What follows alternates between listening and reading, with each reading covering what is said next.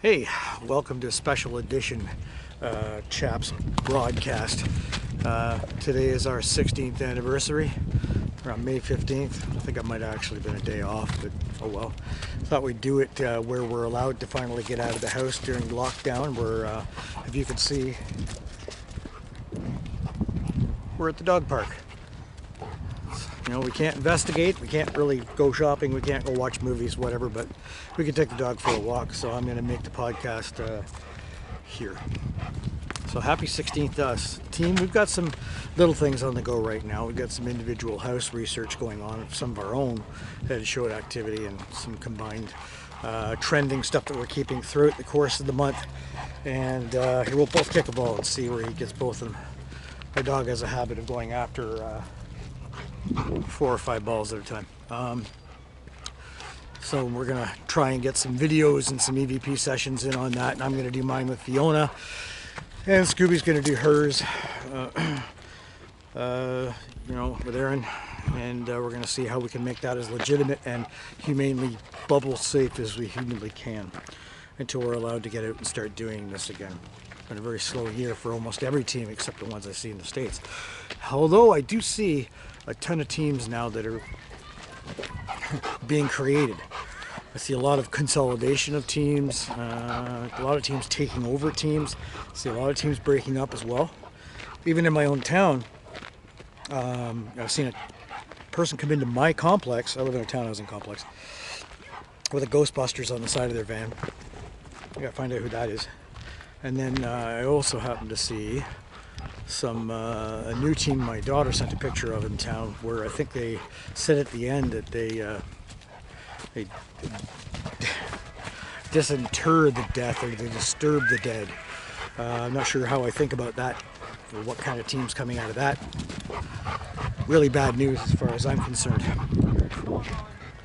Spend a lot of time on Amazon Prime. They show a lot of independent groups doing stuff. I gotta see how to get my stuff on there, but some of these, they scare me senseless because of the methodology that they use. Sometimes really piss poor equipment, and a lot of really bad evidence. You know, if you got one investigation where there's like 10 pieces of physical evidence of things being knocked over and all that, all on camera, I consider that highly suspect. I'll say most of the teams out there have probably found one such experience in many years. I've got, you know, my team's around the 500 investigation mark, and can't say I've had a lot of stuff being knocked over directly on camera where it, you know, I mean, frankly, it just looks like fish wire's been belted to it, but that's what it is. And unfortunately, if you're looking for any kind of fame, that's what you're going to need to do. But I was watching those again, realizing the same stuff, right? And that is, you know, have we ever noticed that the same situation happens at every same place? You know, when you do public investigations, or when you go out to these big places that you rent or whatever, you tend to rent theaters, old folks' homes, or big jails, all that kind of stuff. And you ever notice in a theater, there's what kind of similarities have you seen in theaters, Sandy? Yeah, always a caretaker or something. Yeah. What I've always noticed is that there's always like a chair in the theater itself, which is devoted to one person. And this is every theater. Certainly every old folks home we do, there's a cranky caretaker. You know, and there's always like a really tall, thin person. And there's really always a room devoted to one person, like a resident that lived there through, I don't know, 80 years of the building living there. There was this one person that always had this one room. Also in old folks' homes, I'll tell you, and I know I'm repeating this stuff, and I'm doing it because it's an anniversary edition, is every single long-term care facility has a morgue and autopsy room. A morgue I can accept. You got to have a sleeping room to take bodies when they die before the funeral home comes to get them, or the county. They're not set up for autopsies. You're not, you know, I'm not walking over to Hillsdale Manor near my house and they're doing an autopsy in the basement, okay? It's just not done. Maybe it was in the 1800s. but most of the places we are going to aren't necessarily that old. Another one, you know, again, the theater, same deal with the theater. Always the projectionist has got an issue.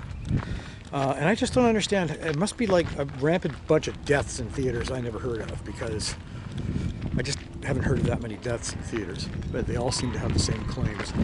So maybe we need to come back to the park later and investigate a dog that's being mauled. You know, it's crazy that every single place seems to have the same claim, unfortunately. All jails, somebody burned to death in a jail cell. And I think that does happen more often, possibly. I mean, we have investigated it like other people do, and we have got results. But it's just weird that every single jail has got the same shit that happens in it. So, you know, you gotta take that stuff with a grain of salt. You know, some places are going to be more active than others. I think there's going to be a lot more negative connotations. Certainly at a federal penitentiary, there's going to be a lot more death and deceit that goes on in, say, a hairdressing salon. You know, so you know what? It is what it is. Oh, doggy met a friend.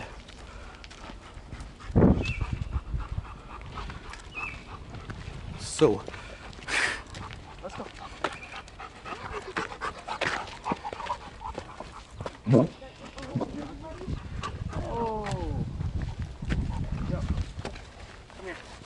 Loki, come. Loki, come. All the natural stuff happens in the background. Dog just had a big yak. Oh, brother. Wasn't our dog, but it was somebody's dog, and well, looked like a liter of milk got tossed on the ground. This is all the natural stuff that has to happen. So I wanted to congratulate my team for this stuff and for the 16 years that it has been around. And hopefully the natural surroundings that I'm doing right now give you a breath of fresh air. It's doing both giving me a breath of fresh air and taking my hair away. As most of you know, 2 months ago I celebrated my 50th birthday. So I can see a bit more of the salt and pepper happening in the beard and mustache, but I still think I look about 32. Sandy, how old do I look? 29. 29. Well, okay, so I look 29. Makes me probably one of the biggest paranormal sex symbols out there. I'm working on it. And for all the teams that have backed us up and been around for us, or teams that we might have helped spawn off or help or coach or whatever, you know, shouts out to COPS, shouts out to Bytown, Capture, RLC, all these guys that have been supportive of us.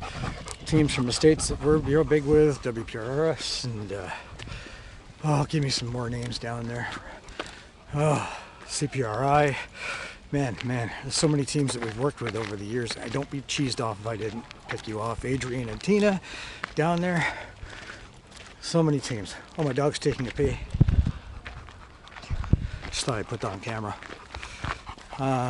We're about done our walk now. And time to go home and do what you're all doing right now during lockdown. Nothing. So peace.